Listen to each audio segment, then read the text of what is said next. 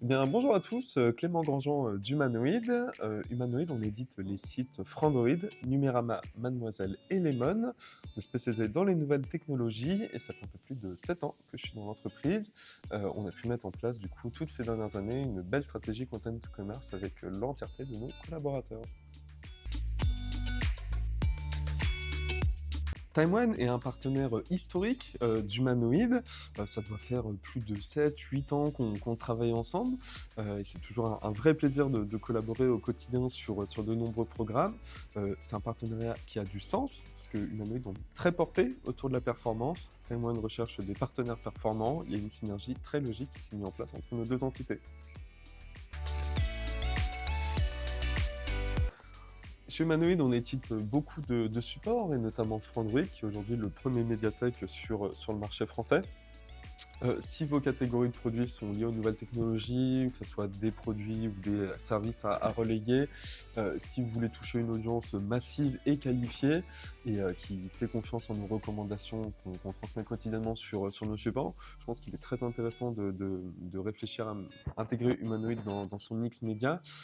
Ça va permettre de toucher une audience très technophile, mais aussi de les toucher très tôt dans le funnel de conversion. Ça s'est permis grâce au levier contenu. Donc ça peut être très intéressant qu'on échange ensemble afin qu'on puisse proposer des dispositifs qui répondent à nos KPI. On a annoncé il y a quelques semaines maintenant l'acquisition de Lemon. Lemon, c'est un comparateur historique sur le levier télécom et on est très content de pouvoir les intégrer dans notre panoplie de supports aujourd'hui. Ça montre notre volonté à se développer encore plus sur les services, sur la recommandation de services et de faire Lemon un pilier demain de la recommandation de services au sens large.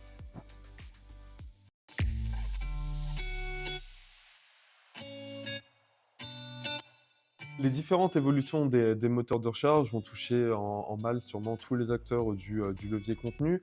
Je pense qu'il est très important de suivre les régulations en place sur le secteur pour s'offrir un avenir serein.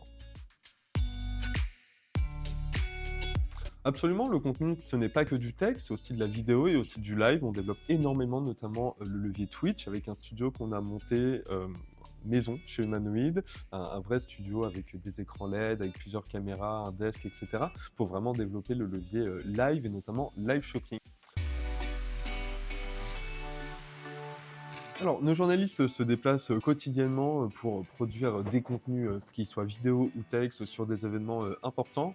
Récemment, je retiens un journaliste qui est allé à l'événement pour le lancement du Vision Pro à New York. Et qui a pu du coup en acquérir un à cette occasion.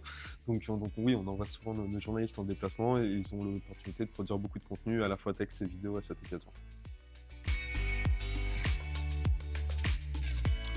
Oui, et c'est d'ailleurs ce qu'on recommande au quotidien sur nos supports, c'est tout simplement en achetant mieux, en achetant des produits qui durent dans le temps, en ne renouvelant pas son smartphone toutes les années, en prenant des produits vraiment d'entrée de gamme.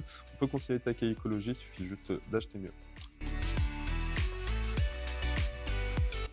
Alors oui, bien sûr, la vérification de l'information peut être un défi, mais c'est surtout indispensable pour relayer un contenu de qualité pour nos lecteurs. Aujourd'hui, on a des journalistes qui sont entièrement formés sur ces points, mais on peut s'attendre à ce que les sujets se complexifient demain avec l'accélération des sujets d'intelligence artificielle qui vont permettre d'accélérer la production de fausses informations, malheureusement. Donc, pour l'instant, tout se passe bien. On va voir comment ça se passe à l'avenir.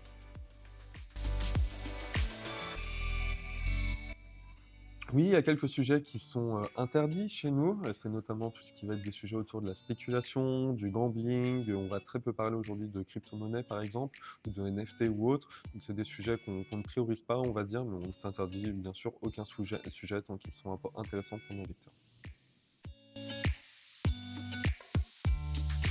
On échange quotidiennement avec des influenceurs. On a mis en place de nombreux partenariats sur notamment Twitch, où on les invite très régulièrement sur notre studio pour mettre en place des lives ensemble ou d'autres types d'opérations. Donc oui. Non,